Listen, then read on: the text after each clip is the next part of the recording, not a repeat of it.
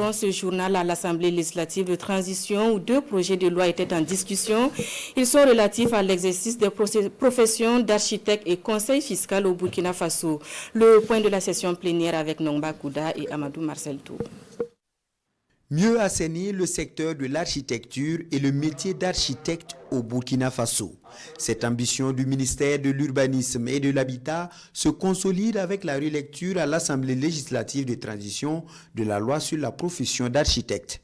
Le projet de loi aux 108 articles est minutieusement examiné en présence des différents acteurs. Et au regard des nouvelles orientations et innovations, cette nouvelle loi est bien entendu adoptée. Il s'agit pour nous de pouvoir actualiser, mettre à jour cette loi pour tenir compte d'abord de l'évolution du secteur, et nous avons profité également de la relecture pour pouvoir internaliser une directive de l'UEMOA qui harmonise l'exercice de la profession d'architecte au sein des États membres de l'UEMOA.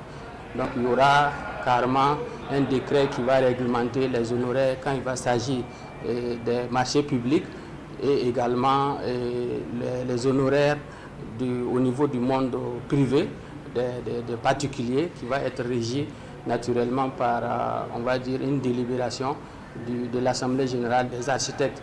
Donc tout ça, ça va permettre d'offrir des opportunités, en tout cas dans le domaine de la construction, permettre aux citoyens de pouvoir accéder plus facilement, on va dire, aux services des architectes. Également en discussion à l'ALT à cette plénière, le projet de loi portant réglementation de la profession de conseil fiscal au Burkina Faso.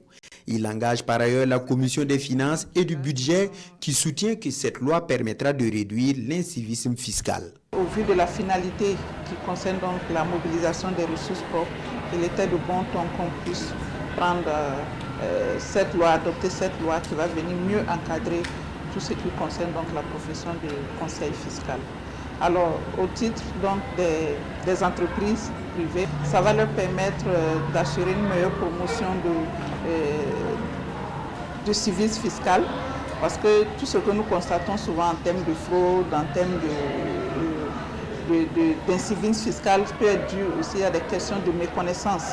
Alors nous pensons que les acteurs de la profession, s'ils sont bien encadrés, bien accompagnés, bien organisés à travers donc cet ordre-là, peuvent mieux accompagner les acteurs du secteur privé et au final nous permettre d'assurer une meilleure mobilisation des ressources propres, des ressources endogènes au niveau de l'État. L'adoption de cette loi vise à combler un vide juridique en matière de conseil fiscal en vue de mieux encadrer la profession selon le ministre. Cette disposition permettra aussi de défendre l'éthique et les intérêts des membres de l'Ordre national des conseils fiscaux.